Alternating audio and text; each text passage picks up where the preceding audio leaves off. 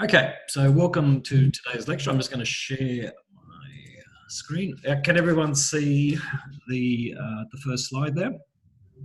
Yep. Yep, cool. So, okie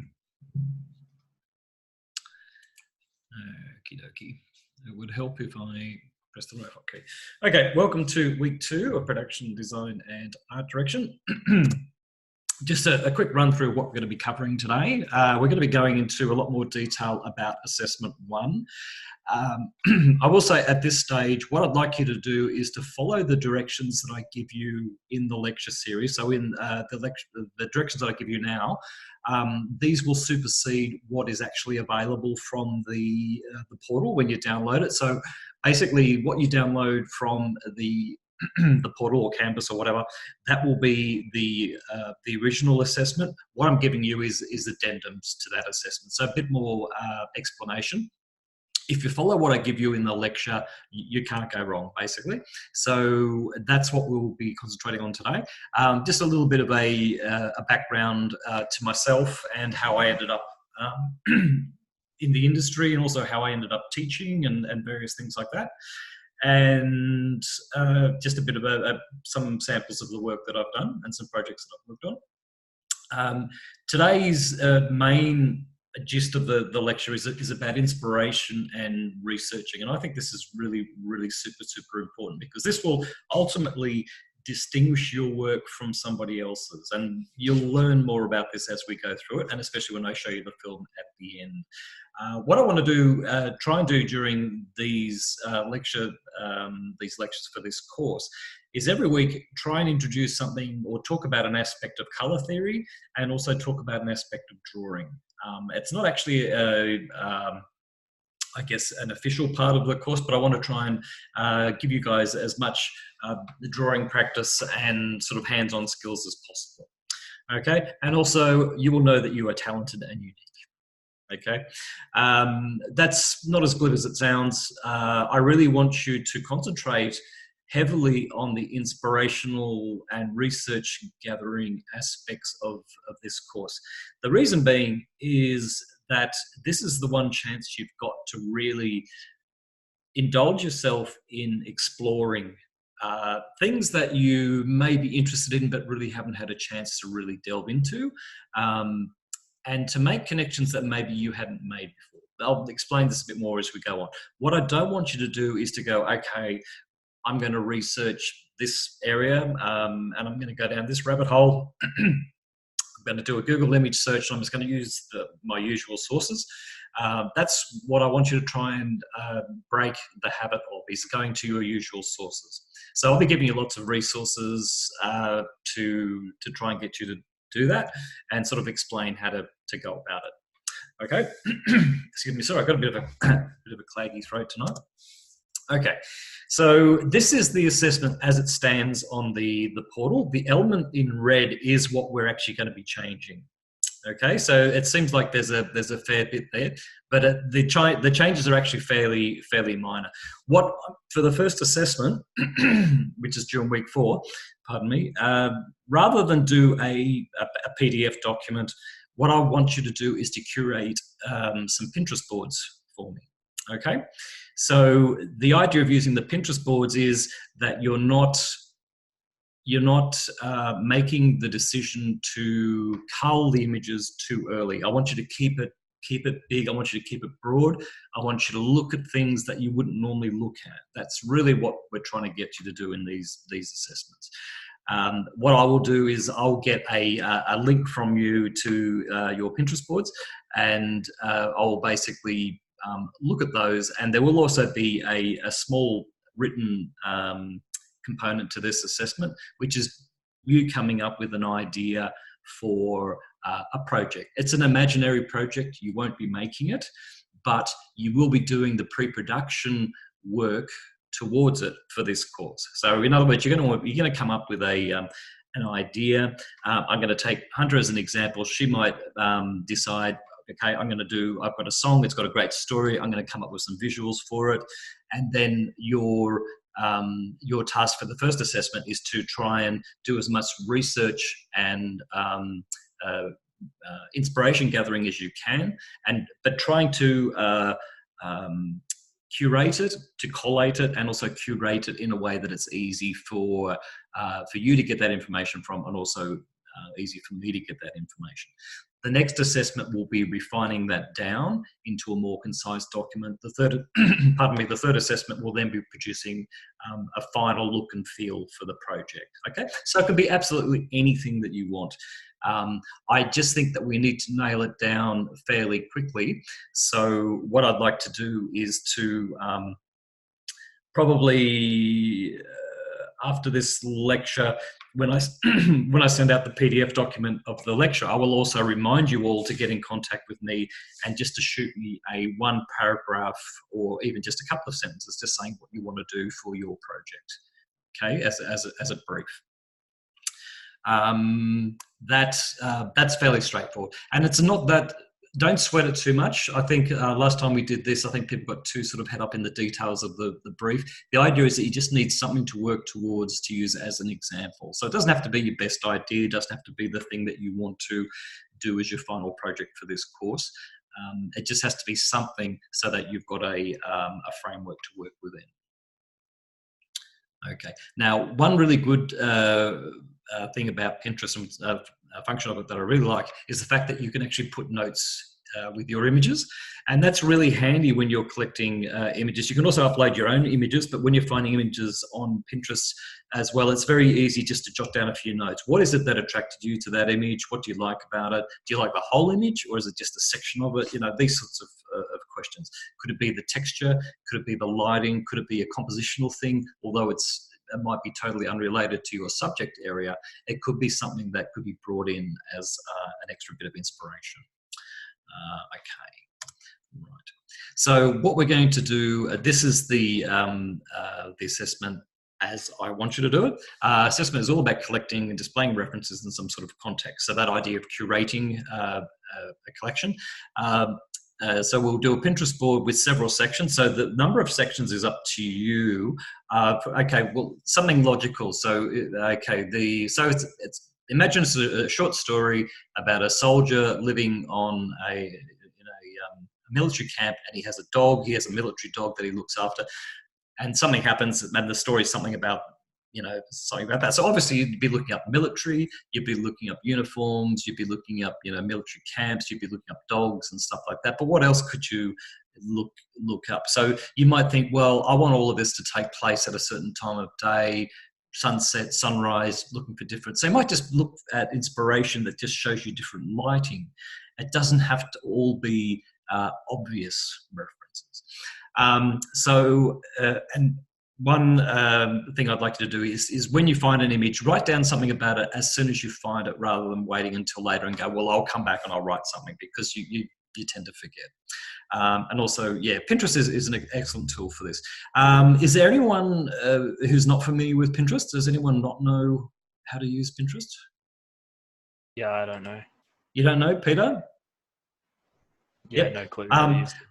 What I'll do, okay, if that's the case, when I send out an email and say, shoot me back an idea, just a quick idea for what you want to do for a like a mock project, is if you don't know about Pinterest, what we can do is have a quick chat about it. Then it's really super easy to use. So at that point, what we can do is we can have a catch up. I'm in the process of catching up with people. I caught up with Hunter today, and I'd just like to speak to you all individually, just to sort of see where you're coming from. And these are the sorts of things that we can find out too. If there's anything you don't understand, or anything that you're meant to do that you're not sure how to do, we can talk about it at that stage as well. With regards to referencing, I don't want you to worry too much about referencing until you come to an assessment that you would be, if you were going to be handing it to a client, then you need to have proper referencing. Okay, if it's something you're just using for yourself, that's different, but it's always good to know where your images are coming from. And you don't want to take an image and slavishly copy it or reference it heavily, and then find out that you're infringing someone's copyright later on. So that's something to be wary of as well. So keeping an eye on where you're getting your references from at the time is really good. And Pinterest is perfect for that, because as you upload an image, you can then just type in a quick comment about it. But we can have a talk about that, Peter. That's not a problem. Okay, so getting into the nitty gritty, talking about let's say the pointy end of the production, which is also the high end part of the production, is when you're having an overview of the whole thing. So you're in control. So it's really important to think about creativity, think about inspiration, and all of these notions that a lot of people would dismiss as being fairly, airy-fairy, or a lot of productions you're working on, they don't have time to be creative because they've, you've got a product to push out, and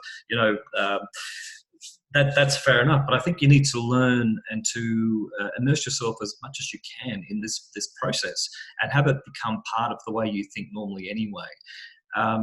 I used to work for a games company, and I was making racetracks at one point, like Formula One racetracks, and it was a pretty boring job. It was just straight modeling and texturing, but it was, intensely painstaking and realistic, because it was a property owned by the Formula One Association, which is worth, I don't know, billions of dollars anyway. So all the advertising had to be exact, all the skid marks had to be exact as they are on the actual track.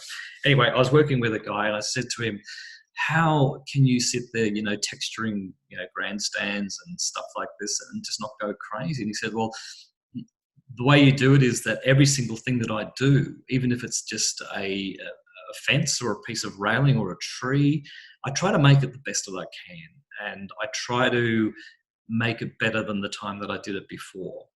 And it's just for myself to stop myself from going crazy. And I think he's got a really good point. There's no reason to lower your artistic or your creative standards, even if you're doing a mundane job. So that's really important. This link that I provided here on this page, this was a documentary, a really good documentary. A guy called David Eagleman, neuroscientist, made a really good documentary about the creative brain, and also how the brain works, how creativity works, what is it, how do you make it happen. There's a really good section. I implore you to have a look at this before next week, because it's something that is just good to look at anyway. There's a lot of people interviewed. There's one interview with Nick Cave. He's talking about creativity, and so he's saying, it's not like you're sitting there on a silken cushion waiting for inspiration to descend from above. You just got to bloody well get up and do it, and you do the work every day, and that's then inspiration comes while you're working. It's not about waiting for this lightning bolt, and it comes down to work ethic. The guy's got an amazing work ethic, and everyone who's successful in creative fields, 9 times out of 10 they've got amazing work ethic.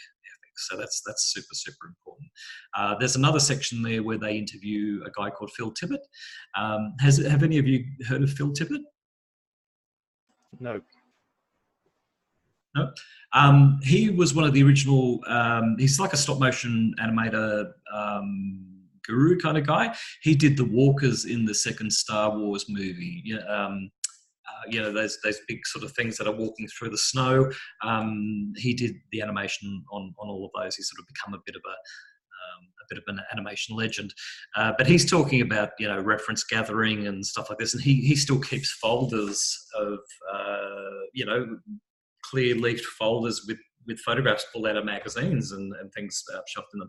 And that's the way we used to have to collect reference before the internet, was you just had to go through newspapers and magazines and go to the library, find a book, you find an image you like, do a black and white photocopy of it, and that's your reference. So things are a bit different now. But it's really interesting hearing someone like Phil Tippett speaking, and then other much younger people. But it's really good for you to have a look at. Understanding the way the brain works is something that you should definitely invest in as creative people. So just to give you a little bit of a background of where I came from, and just a few portfolio examples. My background was largely 2D animation for about 16 years, starting in Sydney at Hanna-Barbera in the 80s. But originally I studied marine biology and went and did a science degree. So you just never know where you're going to end up. I guess that's sort of what I'm saying there. And nothing's wasted. I still, you wouldn't necessarily draw a line from a biological science degree to animation, but in between, I worked as a medical illustrator for a while. So that for me was the bridge between biology and then working in the arts. So your career path is something that I was talking earlier today to Hunter about this, that you don't necessarily go in a straight line where you're going, and my route to getting here was definitely quite convoluted. But I fortunately ended up working on a feature film, the image on the right there, for FR07, and that was the project that I was working on when I met Simon. That was in 1990 in London. And my job was to design the tableware. So the characters and everything already designed. That was the drawing I did. So that became part of the model sheet. So whenever anyone, was doing the tableware, they had a style guide to go from. Those images. That was drawn in pencil on a what they call 15 field paper, because it was a feature film. So smaller paper, 12 field would be for series, 15 field would be for feature film. And basically, so that would be projected up on the screen. So you'd actually get a chance to sit in a cinema and see, a sequence would play, and you'd know that your drawings were in there, and it'd just be an amazing thing seeing your drawings moving on screen. Fantastic. So very, very lucky to get involved in that. That was obviously very pre-digital. The image on the left, that was just a character design for one of the characters in the Silver Brumby TV series I worked on. I was the head of layouts on that, and that was my way of getting out of what I thought was a fairly sort of mundane, humdrum sort of job, doing being an assistant animator, and thinking, well, do I really want to be an animator if I'm finding this doing this repetitive?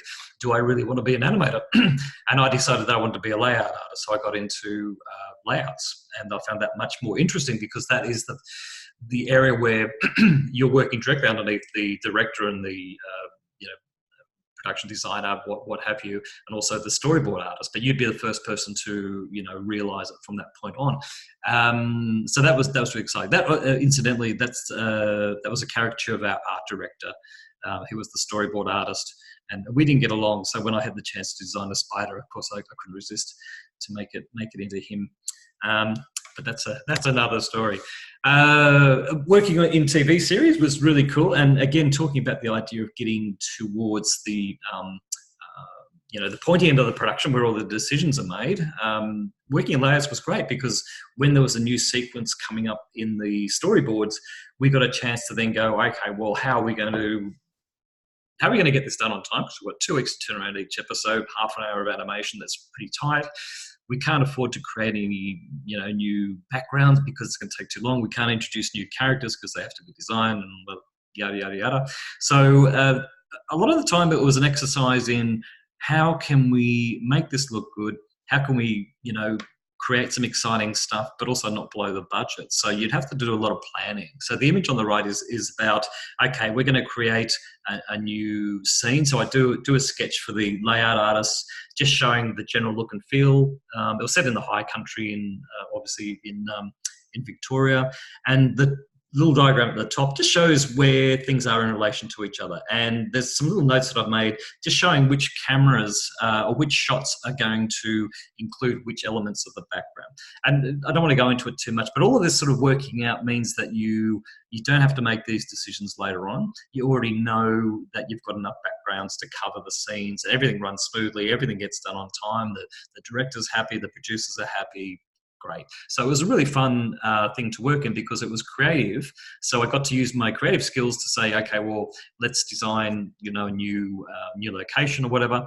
But you also got to use an analytical part of your brain where you're going, okay, this is a production. This is happening. We've got real deadlines. How are we going to make sure this happens? So that was sort of the reason for getting involved in that side of thing. And also on the left-hand side, there's that was a style guide for the shadows on the horses at different sizes on screen. So basically, pre-digital, you would actually use a different camera setting when shooting the shooting the images. And so at different sizes, we would lose detail. So if you can see, the big horse has shadows on his mane, the next horse, next size down doesn't, and then progressively we tend to lose detail as the character gets smaller on screen. So stuff like that. I mean, I found that a lot more interesting than necessarily just following along behind an animator, cleaning stuff up, or just concentrating on motion or whatever. Everybody's different, so a good idea in this course is to see what sort of things grab you as being interesting, whether you're interested more in the mechanics of things, whether you're interested in lighting, using high-end shaders, high-end visual effects, or whether you're more of a 2D person who's interested in story. I mean, there's room for all of that in here. So just to sort of keep that in mind, don't sort of feel as though you have to lock yourself down too much early on. Simon's probably spoken to you about, generalizing or being a specialist. I think if you don't know exactly what you want to do, generalizing makes sense, because then you're going to be exposed to lots of different things. That would be my advice. Just some more other images. There was a interactive game on the right hand side for a little company called Smarty Pants in Melbourne. So it's just a point and click game for kids. At the time, I didn't think much of it, but years later, I bumped into a friend. He said that his daughter played it. He didn't know that I'd worked on it. And it's like, oh, okay, that's interesting. That's cool. On the left hand side is that was the interior from the Silver Brumby. That was the Wombat's burrow after it got flooded. So you can see there, everything in the shot on the left hand side is fairly loose, except for where there's the character drawn in red, and that's just to show the background artist. So this image goes straight to the background artist who does the painting. In this case, it was watercolor on paper, and they would have to adhere to the solid lines that I've drawn so that we know exactly where the character is going to be sitting, but everything else was fairly loose. So working with people like that is really cool. When you're working with other creative people, you learn a lot about other things by working with people like that. Probably one of the best jobs I had, creatively speaking, in games was just before I left the industry to work for Film Victoria. I got to design, they were really just sort of mud maps, I guess, for producers when they were thinking about levels. This is before the designers actually had written anything, and this is before the art director had actually got a hold. So basically the art director was looking for ideas. So this was an interesting role. This was at Infogrames. They didn't have a role of production designer there. So they had an art director, and then basically they would just sort of pick and choose amongst the artwork created by the art team for style and stuff like that. So it wasn't really kind of bedded in as a formal thing. So this was really exciting. This was the Transformers Armada game, where they said, okay, well, we're going to have an Amazon level, we're going to have an Easter Island level, we're going to have an ice level. And it's okay, we'll just sit down and start drawing. And I found that really, really exciting. And the producers really responded well to it. Unfortunately, I left the company just after that. Otherwise, that would have probably become my job. Before that, I was just a modeler, so I'd be modeling, trees, lampposts, whatever. And yeah, that's these things happen. But that's just an example of, they discovered that I could draw, which was weird. I've been working for 5 or 6 years as a modeler, and they didn't really know that I could draw. And when they found out I could draw, they said, oh, okay, you can do all this stuff for us. So, having drawing skill, even if you're a modeler or an animator, rigger, maybe a lighting TD or something like that in visual effects, being able to draw will never, ever hurt your chances. It will never hinder you. It will only increase your ability to create and your employability, obviously. Just a little tip I just made a note of here. Something we used to do, you've all heard of roughing out. If you rough out a drawing before you clean it up, using a different coloured pencil is a really good idea. And traditionally, we used to use blue in animation because when the cells would be Xeroxed onto paper. Sorry, the drawings would be Xeroxed onto cell, and anything that was in blue, if it was a special, what we call non-repro blue, it wouldn't photocopy. So you get a nice clean black line. So that's why traditionally we used to use blue drawing in animation, but it is a really good way of roughing out. And if you haven't tried that before, try doing a rough drawing in blue, light blue or dark blue, it doesn't matter.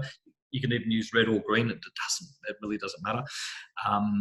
and then draw over the top of that. That's another drawing technique. That's a professional. That's just the way, you can always tell someone who's worked in animation because they do a blue drawing before they clean it up. So that was really good fun doing that sort of thing in the industry.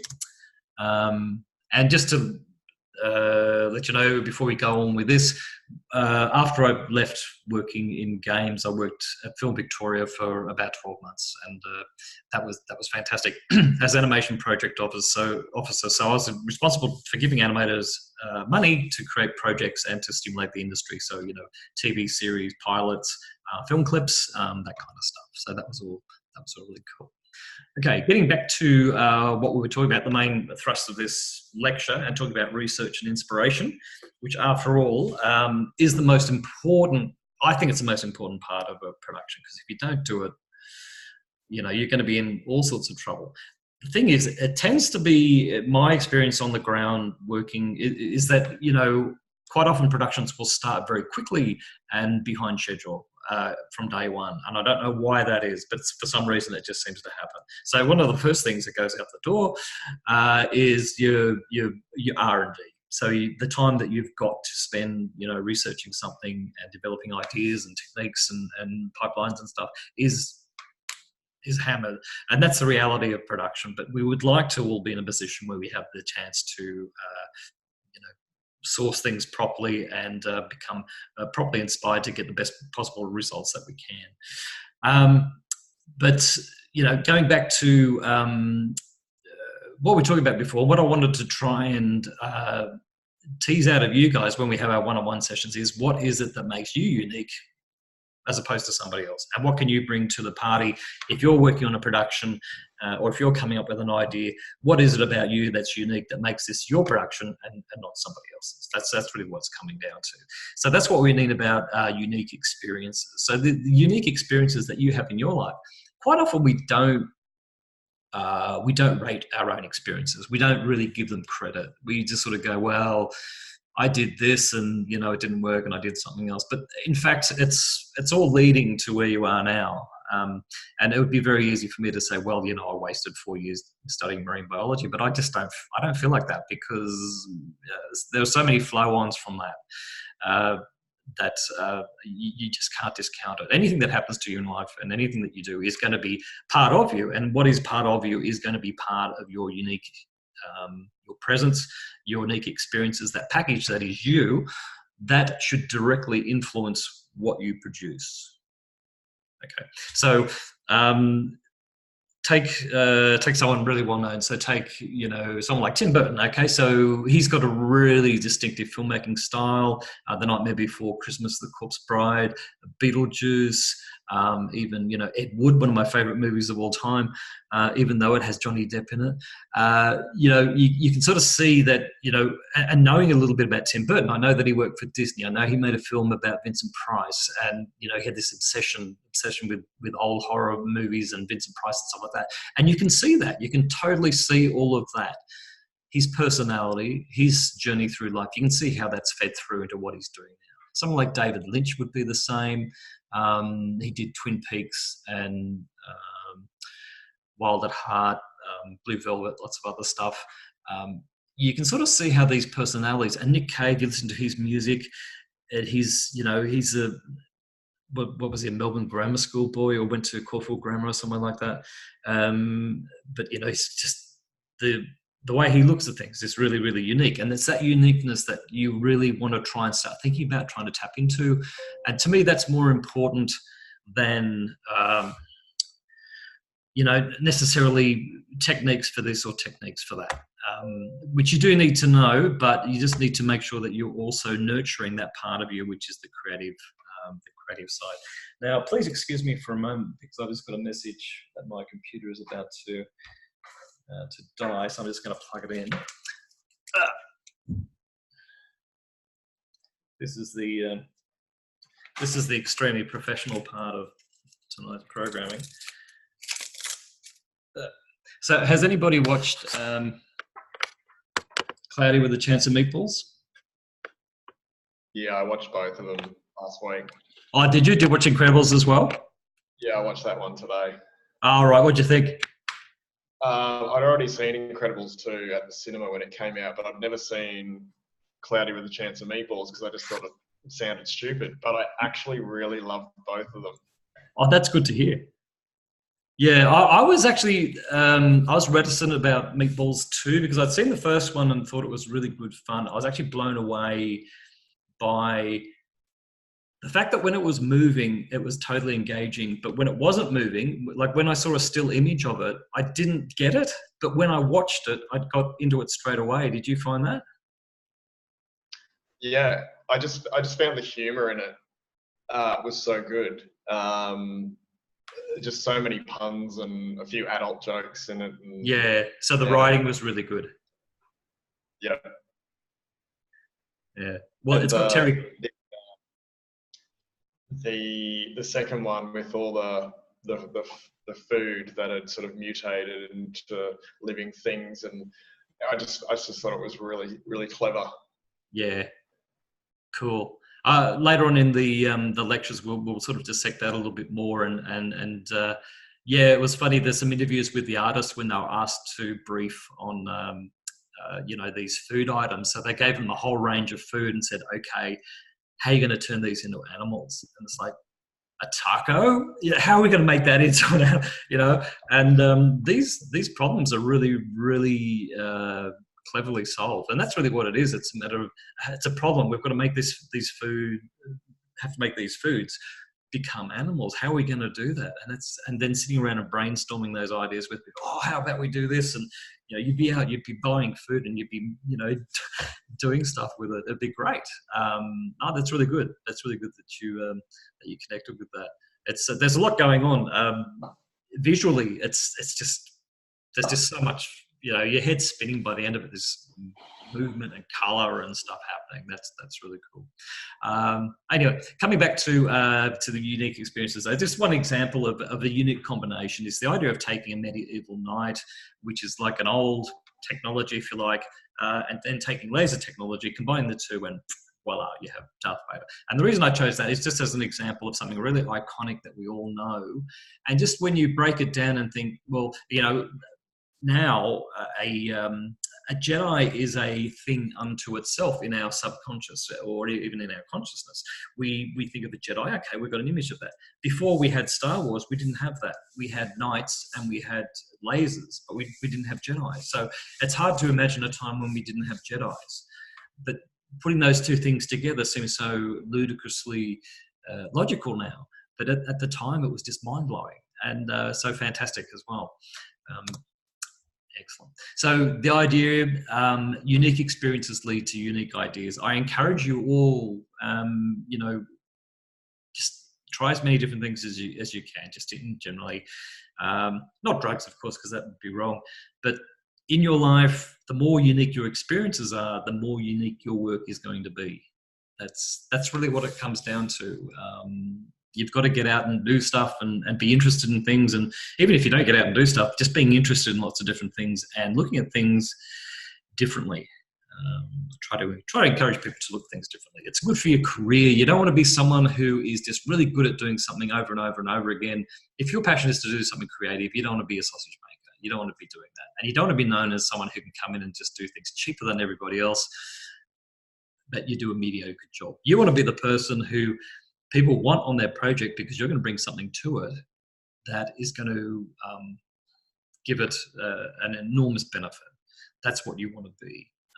The reality of it is, you might end up doing a run-of-the-mill job. I've done plenty of what I would call, sausage work kind of jobs where you're just doing something over and over again.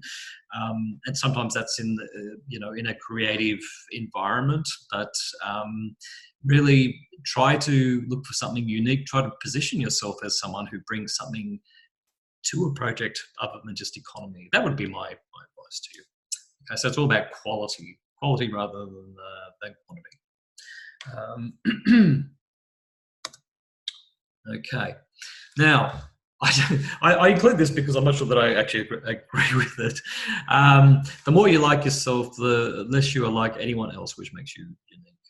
I don't think Walt Disney had any problems liking himself. I think he liked himself plenty.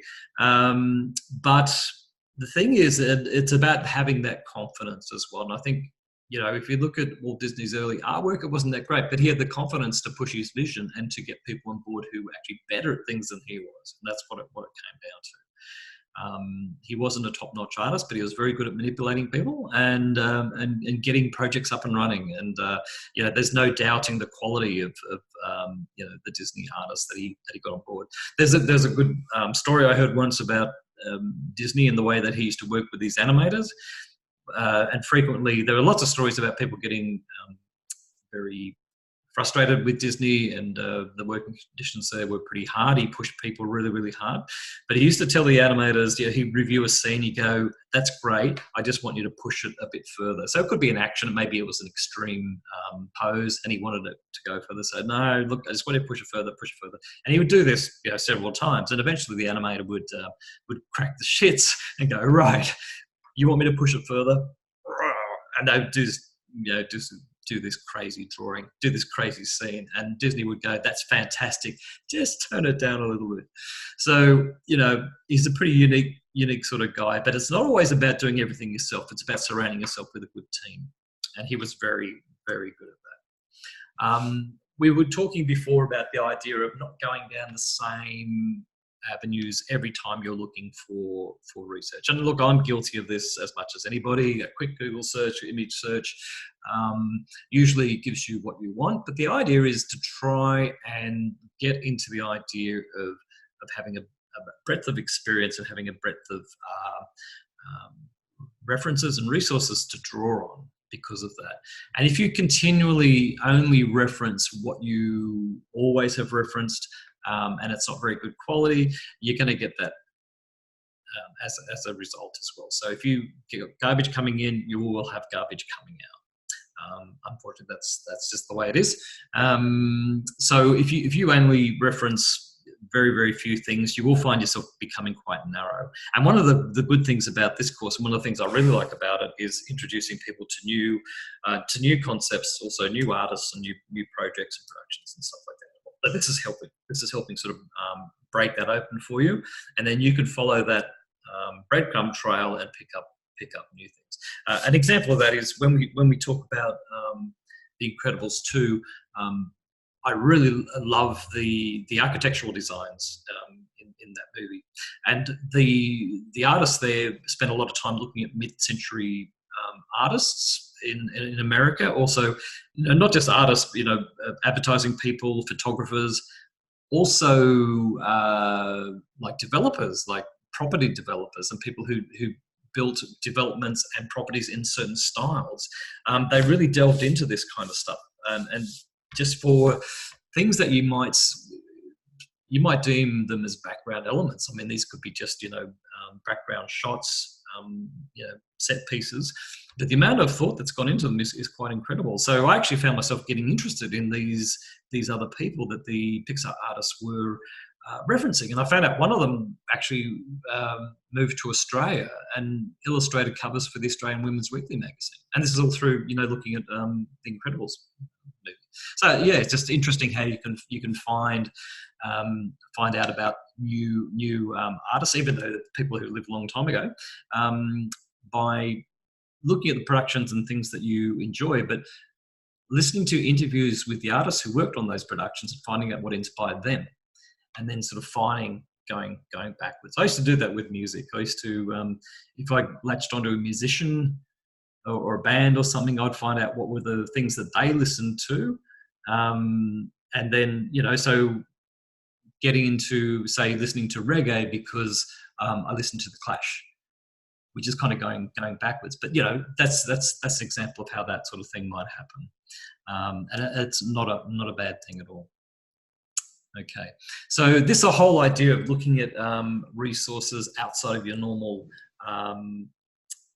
sphere of influence or reference or whatever, that is what I want to encourage. So I've given you a couple of links there to have a look at. Now these are very random, and that's the idea.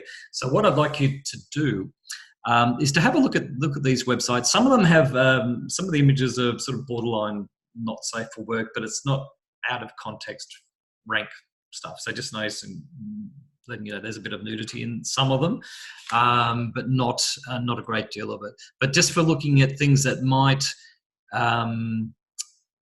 might spark something in your mind, and then you go, okay, I just like that, so I'm just going to put that to one side. I'm just going to, and have a look at that process, and don't try to just look for a picture of what you're trying to, produce. So you're looking for the look and feel. The production designer is responsible for the look and feel. Okay, so think about that. So the look of it, yep, we understand. But what about the feel? So we're talking about the mood. The mood is created by a lot of different things, like your composition, your staging, your framing, your light, all these sorts of things. So you might find an image that has nothing to do with your, the project you're thinking about doing, but you just love the lighting in it, and you think, well, I can combine those two things. There's nothing wrong with that. That's what I'm looking for, is something that actually shows you're looking broadly to make something better. So it's a bit like lateral thinking. So keeping your thinking at sort of one level before you bring it down to the next level and start sorting through it. Because what we tend to do is we look for something and go, oh yeah, that's good, so I'm going to take that to the next level, and away you go. But it's much better if you can kind of keep high level for as long as you can, and just keep those ideas bubbling along, and make sure you get the best one before you start sifting down through. And the way to do that is just to keep yourself open and try to look at as many different things as you can. That would be my advice. Okay, so we're looking about forcing a connection between the images you're inspired by and the brief or the idea that you're working towards. That's what you're trying to do, is get that connection.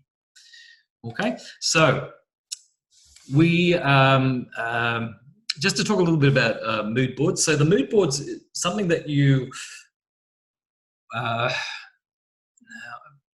the mood boards, and we're going to be talking about these quite a lot all the way through, so I'm trying to think of the best way to describe them. You'll be producing something like this for your second assessment, and it's a refined version of all these Pinterest images that you're collecting. So here's an example of a mood board for a production. Now, it doesn't matter if you can't see the connections or whatever, because we can't see the brief. It's just a pictorial example. But the things to keep in mind when you're at the research and inspiration stage is to keep the idea, and we're going to have a look at a film that goes through this quite a lot of detail. Keeping and growing a reference file is really important. We tend to get lazy with digital technology, and I came through the ranks at a time when we did have hard copies of stuff, so we tended to be a bit more precious about things, your visual images and stuff like that, your folders and whatever. With digital technology, we tend to go, well, we can find that stuff whenever we need it. I think it's good to have a reference file and to keep adding to it. Being authentic, which means being true to yourself and your experiences and where you're coming from. And that idea of, well, you've got a chance while you're learning to take risks that you won't necessarily be able to when you're working, because people will be paying you to produce something, not to take risks. So now's the time to take those risks and to think, well, I've always, like basket weaving or something like that. And it could just be a textural thing or a material thing, or, now's the chance maybe to bring in all these things that you've wanted to combine, all these things you've had a passion for. A good example, my last cohort, there was one student who was having a lot of trouble, but he had this real passion for Lego. And so the idea was finally for the final imagery that they'd be created in Lego. There was no problem for that, even though the original brief wasn't necessarily about Lego. It was something that, well, that's something that this student was incredibly passionate about and liked working with. So why not use that rather than force yourself into an area that you don't like working in? Okay, provided you've had the experience to work out what you like and what you don't like. So that's what this is all about, this idea of being authentic. that authentic vision. It's something that it's very, it seems very easy to say, oh yeah, be authentic, but what does that mean? It just means being yourself, being true to yourself. And it's very hard to quantify, it's very hard to write down, but it's very easy to sense it in yourself when you know you're not being authentic, isn't it? We all know when we're not being authentic, but it's very hard to actually pinpoint what that is. A major thing about this course is having fun. That is super, super important. If it's not fun, and you've tried it a few times, and you need to think about, well, am I going about this the wrong way? Is it the right thing for me? Maybe you're approaching it, putting yourself under too much stress, and that could be something that we can talk about as well. So having fun is super important because that will allow you to be authentic. I think if you're having fun, people tend to be more authentic, and your authentic voice will then come through in whatever you do, whatever your production is. So that's super, super important. The idea of copying imagery in order to learn is something that people are very divided on and very polarized. I think it's fine as long as you're doing it for practice and you never try to pass off somebody else's work as your own. But I think copying other people's work is an important part of learning, very much an important part of learning. When you copy something, you tend to transform it anyway. So if you copy something and then you copy it again and again and again, eventually it will start to move away from that original source image.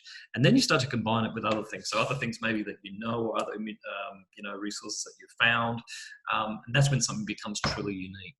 But if you were to copy it too slavishly, and that's when your work would be, what would they call? They would call derivative. It would look like something else. And that's not what you want. Okay. Just another example of a mood board, just different images. This one more heavily reliant on concept and fantasy art. So a mood board can actually be a combination of photographic images, CG images, 2D images. They could be even include some of your own artwork if you wanted. It's all about this at this stage. Traditionally, a mood board in a big, just to give you a bit of context, in a big studio, say like Sony or Pixar or something like that, the mood boards would be presented, I would say, to an art director, the production designer. Either the production designer would do them themselves, he or she would do them themselves, or someone else would be doing that. So if you've got someone who's really good at color, you go, okay, well, I'm going to get you to do some color keys for me. I'm going to get you to do some character designs, and I'm going to do some stuff, and then we're going to sit down and we're going to workshop it. That's sort of at the stage just before that, when they would sit down with mood boards and they would pin them up, or they would circulate them and they would have a look at them and be able to talk about them as well. So if you presented this mood board to a director or someone on a production, you'd be expected to be able to relate those images to each other. So for example, you'd be expected to be able to relate, say, the kind of a cat phoenix, although it's got sort of like an ungulate's hooves on it here, this creature here. What's that relationship to the bird? Okay, well, there's an avian connection there, and there's a few avian references you can see. So you'd be expected, this isn't my mood board, so I can't really talk to it, but you'd be expected to pitch your mood board. So your mood board really becomes like a visual pitch document, and you'd be able to sit down and talk about it, because these images, say, there's maybe 20 images there, they would have been culled from maybe 200. So your Pinterest boards, I'd expect you to have over 100 images on those, in maybe 4 or 5, even up to 7 different sections. And when you do your mood board, I would expect you to have something more like this. So it's about that, keeping the information really broad at the beginning and then starting to narrow it down. Okay, so we will go more into assessment 2. Don't worry, don't stress about assessment 2 at this stage. We're stressing about assessment 1, and we're still going with that. Okie dokie.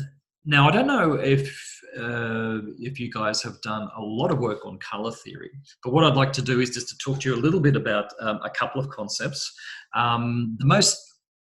And these are, I guess, is based on what I found most helpful, sort of on my journey going through industry. And 2 things about colour that I really found helped me a lot was understanding what complementary colours were, and also colour temperature. And this is pretty basic stuff. a really good reference book, probably the best reference book you can get on colour, is by guy called, I always remember his first name, Itten. I think it's Johannes Itten. Oh yes, it is Johannes. He sort of literally wrote the book on colour, and this is it. So if you can get a copy of this, this is something that you would have for the rest of your life. Fine artists, designers, animators, you name it, they all gravitate to this book. And for good reason. It has absolutely amazing depth of knowledge in it. Really, at a glance, if you're not familiar with a colour wheel, it's very easy to access a colour wheel at any time on the internet. Complementary colours, simply put, are directly opposite each other on the colour wheel.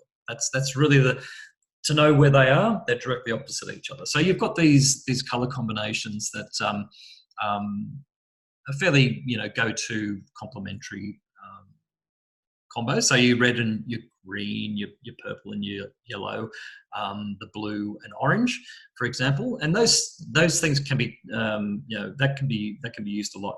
Now the thing is with complementary colours, as we'll find, we'll talk about different aspects of colour as we go through, is to use because these colours are directly opposite each other on the colour wheel.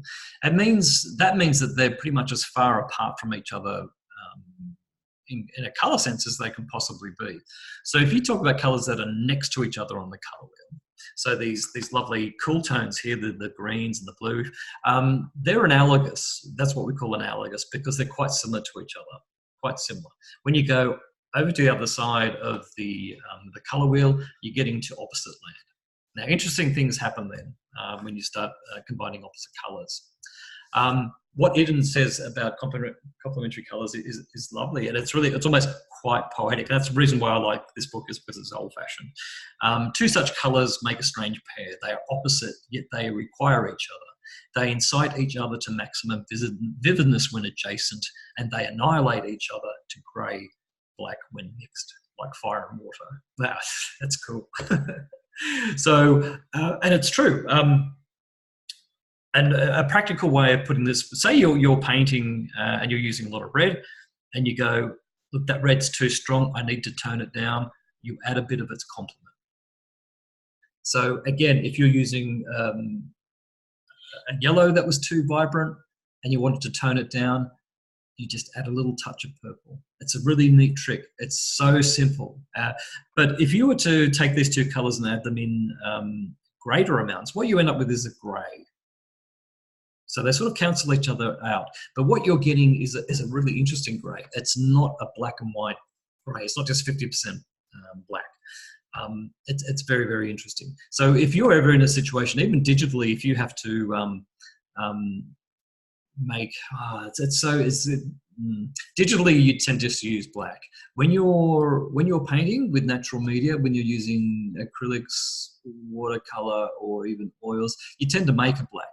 And the way you make a black is by adding lots of dark transparent colors together. So like a dark brown, dark green, and a purple or something like that. You'll end up with something basically is black. But the thing is, you're staying away from 100% black or just a variation on that. It's always better to have a grey that has a bit of colour in it. That's what I'm trying to get at. You hear people talking about the term cool grey, a warm grey. This is the sort of thing to start paying attention to. Grey is not 50% black. And I'll probably leave it there and just talking about that. Complementary colours and knowledge of complementary colours and how to use them is an extremely powerful tool in character design and also background design. And we'll be talking more about this as we go along. But I just wanted to introduce you to the concept if you haven't already been aware of it. And cool tones and warm tones, fairly self-explanatory, and that can be used, in different ways. Again, that we'll go into in more detail.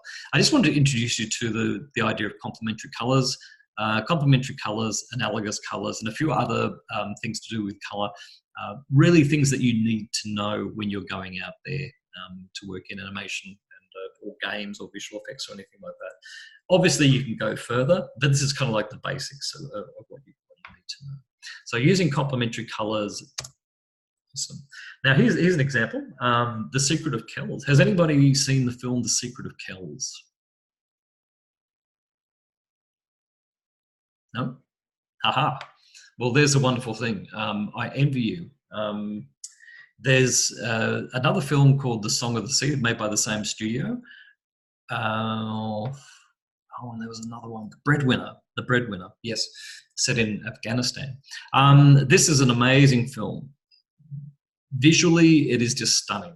It's a 2D film, and it's based on an actual a book, the Book of Kells, which was a kind of a Celtic.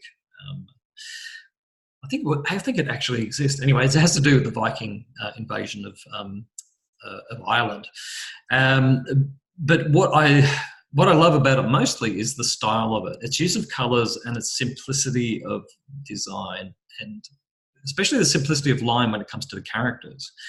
We'll be having a look at more Secret of Kells stuff. But just in relation to talking about the use of complementary colours, if we take one complementary colour pair, say the blue and orange pair, and see how that is used around the edge of the image, and we see that the yellow has bled to sort of a burnt to it like an orange around the outside, and the blue has pretty much stayed the same, a little bit darker towards the outside. So what you're getting is, if you squint your eyes tonally, you're losing detail around the outside, and yet when you look at it, that it's not dying because of the complementary relation of the blue and the orange. Is keeping that alive around the outside.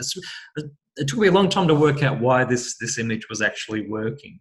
Tonally, the orange and the blue get more similar to each other towards the edge of the image, but again, it just doesn't die off like some images do. The color styling in this production is pretty exemplary, and the amount of detail and some more design principles. So we have a high level of detail. We have a very simple shape here. This arc shape is very simple, which is good. It's readable. You can see it straight away. But there's this insane amount of detail on top of it. And you think, no, you can't stage characters in front of all of that detail because it'll be lost. But the characters are so well designed, they stand off against that detail because they are characterized by their lack of detail, in fact. Those characters, even things like the candles are just a very simple round shape, just the flame. So these things work together. Sometimes you might learn a principle saying keep the background clear so that you can stage the characters and you can see what's happening. But there's always an exception to that. And it's by knowing your craft and by being masters of the craft that people can get away with doing things like this. So there's just beautiful design work in that production. So I really urge you to have a look at The Secret of Kells if you're interested in animation at all. Is get to know these films. And the idea of complementaries, using them sparingly. So if you have a big field of one particular color, or you have a lot of one color, putting a lot of its complement near it will cause a big reaction. So you only need a tiny little bit of a complement to stand out. Now, a good way of explaining that is that the red mushrooms in the bottom corner of this image, if you were to, just on your screen, just hold your thumb up and just take those red mushrooms away, okay?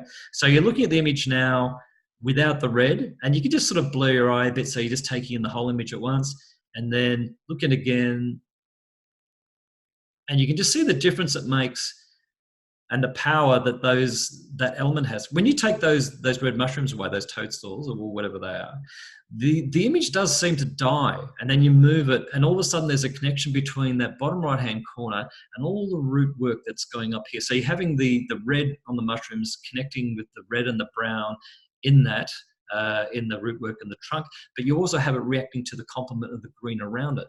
The effect of the green around the red is that it punches it out. That's really the best way of describing how complementary colours work. It will jump out at you. If you have just a little bit of a complement in say some text, on a fairly drab background, you can make these amazing effects. You can take colors that seem to be fairly derivative. They even seem to be dirty or a bit muddy, but you combine them in such a way that they just read beautifully against each other. That's the artistry of color, is the subtlety of being able to get things to work against each other that you wouldn't necessarily at first glance think they would work. If you look at the color styling on any 2D animated series, even a Saturday morning cheapo series on television, a lot of work has gone into the color styling of the characters and the mixing of those colors and the standardization and the readability and all that sort of thing. So that's a big field all in itself. So probably the handiest thing to know is, first of all, knowing about complementary colors and how to make a decent gray.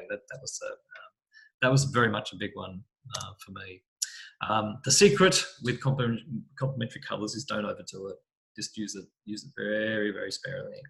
And we'll see more examples of that later on. Also, I think in the next lecture, or maybe the next couple of lectures somewhere, I've embedded a link to a film, YouTube video of a guy showing how to mix colors for characters using just the complementary technique, and a really super cool way of using a very low saturated version of that complement in order to overcome that jumping out, that vibrating thing that we've got there on the screen at the moment. So the way to overcome the power of complementary colors, the fact that they agitate each other so much, to stop that agitation, you drop the saturation down. So that's something we'll have a look at a little bit later on. Okie dokie. Now, something I'd like you to do, there's a link there when you get the PDF of this lecture, is grab yourself a copy of The Skillful Huntsman. It's free, and it really brings home the artistry of some of my favourite concept artists. Kang Lee is amazing. Scott Robertson is one of my favourite artists, and I reference him a lot in tutorials and things. These guys are concept artists. They're really, really high end. This is an old, I think it might have even been a Grimm story from, or it was probably it was a out of copyright folk story from Eastern Europe or something like that, The Skillful Huntsman, and it's been reinterpreted many, many times. So this whole book is a project based on this idea of the Skillful Huntsman, and they've brought it into sort of a futuristic sort of setting, a futuristic / post-apocalyptic setting. Have a look at it. It is fantastic. Really, really good stuff. Yes, I can't recommend that enough. And it's good to have a read and talk about. So the artists talk about, how they came up with different ideas for things. So, for example, I'll be talking a lot about thumbnailing and the idea of using silhouettes. Has anyone been taught about the use of thumbnailing before? Silhouettes? Have you guys done anything like that in the past? Nope. That's okay. Good. There may be some overlap. I think I mentioned that in last week's lecture. So if I talk about thumbnailing, you might find that the CG Spectrum guys talk about thumbnailing maybe in a bit of a different way. But really, it is a small idea generation is the way to think about it. Now, these sketches here were all done for the central character of the huntsman himself. And so these were very broad ideas. So obviously there wasn't a lot of variation in terms of proportion because the character was human. So following on from the brief, remembering that the story is king, the artist would then sit down and go, well, I'm not going to sit down and do a full version, maybe do 3 different versions and spend a day on each one and then have them rejected.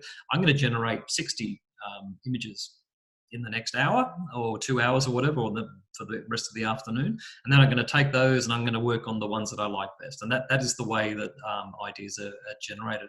A good way to do thumbnailing when you've got an idea is to set a timer and actually give yourself 2 minutes to do a rough drawing to get an idea out and then move on to the next one. That's quite challenging because we like to dick around with our drawings a lot and we like to sort of fiddle with them and make them better. doing time drawings, this is something we'll do with the life drawing as well, a very, very good practice. Good practice for getting the idea out of your head onto the paper as quickly as possible. It saves time. It means you can make changes very, very quickly, and it makes the production process smoother. So it's all about the pipeline. So it's not about indulging yourself in doing full-size drawings. It's all about getting little ideas down quickly and using different techniques. So the idea of using a silhouette, a small size silhouette or even a large silhouette, it just means that you can read the shape of the character very, very quickly without the detail. So all the detail is taken out of the inside of the character and you just got a black silhouette. That's a very, very useful technique. It's used by animators, used by illustrators, you name it. Is such people talk about the readability, how something reads in a visual sense. That's all about the silhouette. If the silhouette or if an image isn't reading, if you analyze the silhouette, you may find the answer to why it's not reading. And that could be because you might have something, there could be crossover, you might have foreshortening that's not necessary, you might need to keep limbs clear of the body to show what's going on, rather than putting things, in front of other things. So if you do something as a silhouette, you can actually solve these problems. What is good is when you're first learning how to do this process, the production design process, is to actually use silhouettes as a step in the process. You may well, jettison that later on and not go through that because you may become really good. You may automatically draw well with an awareness of silhouette there, but it is a step that I recommend you take until you get to that level. There's another cool little technique here. This one that I really like. See this guy's leg here. See how it's been rubbed out and there's lots of gaps? That's called the lost line technique. And what it is, it's just a suggestion. So what you're getting there is that, okay, just by taking out or using the erase tool or even just when you're drawing, leaving it out, I don't know whether these were done digitally or using natural media, but the idea is that you're getting more suggestion happening. So sometimes you're suggesting stuff by leaving stuff out. That's a really interesting thing here. So you can see that the lines don't all join up, but what you're doing is you're getting a suggestion of detail. There's something happening there on the leg. You don't know really what it is, but it's just some suggestion of detail. And what it is, it's drawing your eye to an area that is different from other areas, which is the basis of composition, which is what we'll be starting on from next week, is talking about composition. So we're doing about 3 weeks on composition because it is such a major, major part of production design. So on thumbnailing, thumbnailing, you will hear about it all the time. Don't ever get tired of it because it will save your bacon so many times. The idea of thumbnailing out ideas, it's gold, really, really gold. Okay, so yes. And here we have some silhouettes. So just basically saying exactly what I was talking about before. You can see, particularly on the images over here, you can see because there is a variation here in shape. You're getting a lot of different shapes happening here. And that is really good. So this little section down here, you can see these shapes. Straight away, the silhouette is very, very handy, especially when you're working in games. When you've got game characters, you've got so many different characters in a game. Silhouette is incredibly important. We used to have a rule when we were working at Atari, was that the idea was that when you saw a character from a distance, you could tell what that character's job was. So, for example, if that character was a mage or a magician, you would expect to see something to signify that at a distance, which meant it had to be a significant part of that character's silhouette. So you can see how this stuff sort of has real world applications. A very basic example, this guy's got a huge sword, so he might be the executioner or something, or the guy that chops people's heads off. You can also see there's different sort of inflections and nuance in these images here. You can actually get something that's sort of almost going towards like a preachery, kind of a priesty kind of look up here, to an all-out kind of combat kind of idea. So this is the best way to do that. Any of these images could have been done at a huge size, but how much, that's a huge investment of energy and time, which in a production means money. So silhouetting saves money, but it's also a great shorthand way to think and to get ideas down, as I said, really quickly and very expressively as well. The beautiful thing about drawing is it's a form of expression. So you're using it as a tool, but it's also a very, as I say, expressive thing as well. So please download the Skillful Huntsman. Have a look at it. It will be referenced, every now and again, because I just find great examples of stuff in here. And yes, enjoy that. Okay, so just another example here of some creatures. So when you actually, it's well worth pointing out, when we talk about character design, creature design, generally you would have character design sort of more or less human based, creatures more or less animal based, and then environments for your environments. But then you would have vehicles, you would have objects and stuff as well. But the core skills you learn in drawing, say, the human body, are exactly the same core skills you use when you're drawing an airship. There's really no difference. So then the process you go through when you're designing a character is the same process you'd go through when you're designing a weapon or a valley or something like that. You'd sort of you'd look for references and images, you do small sketches.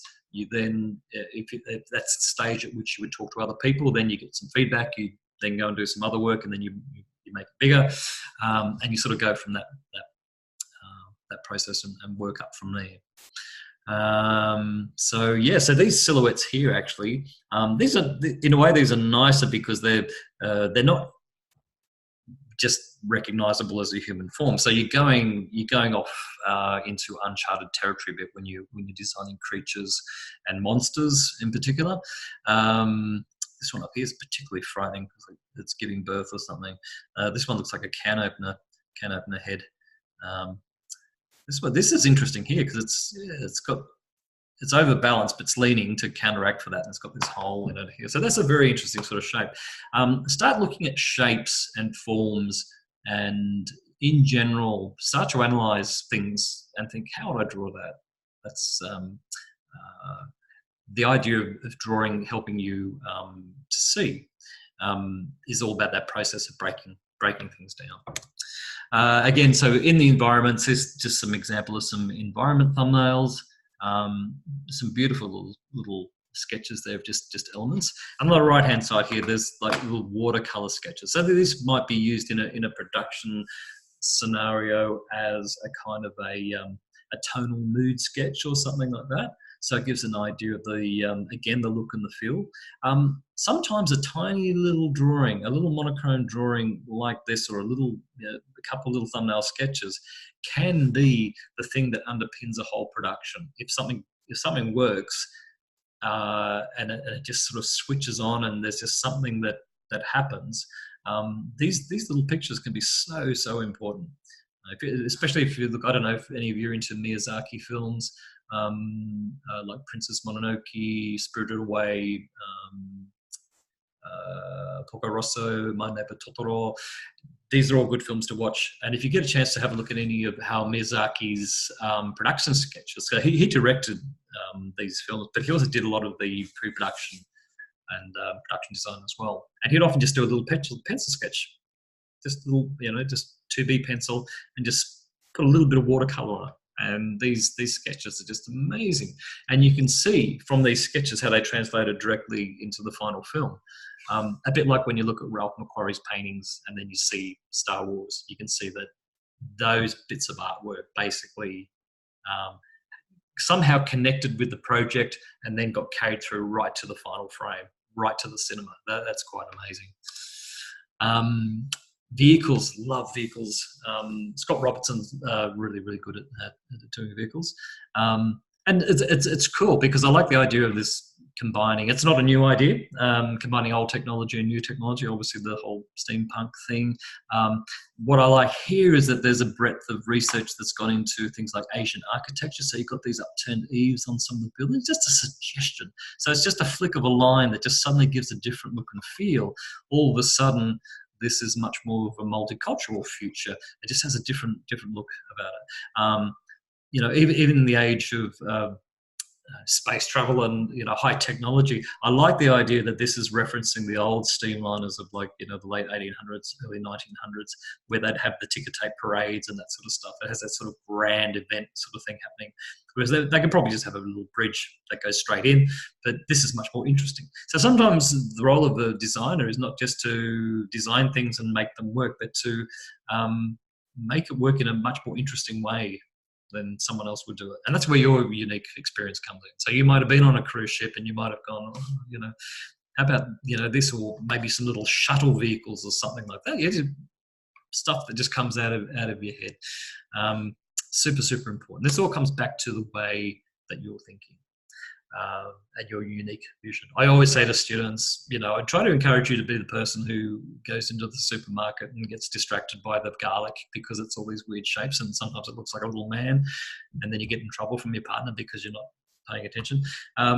That's where you want to be. You want to be the person that finds the carrot that looks like two legs. Keep your mind open. Have fun and enjoy it. There's a link here to another artist, another favorite concept artist of mine, a guy called Feng Zhu.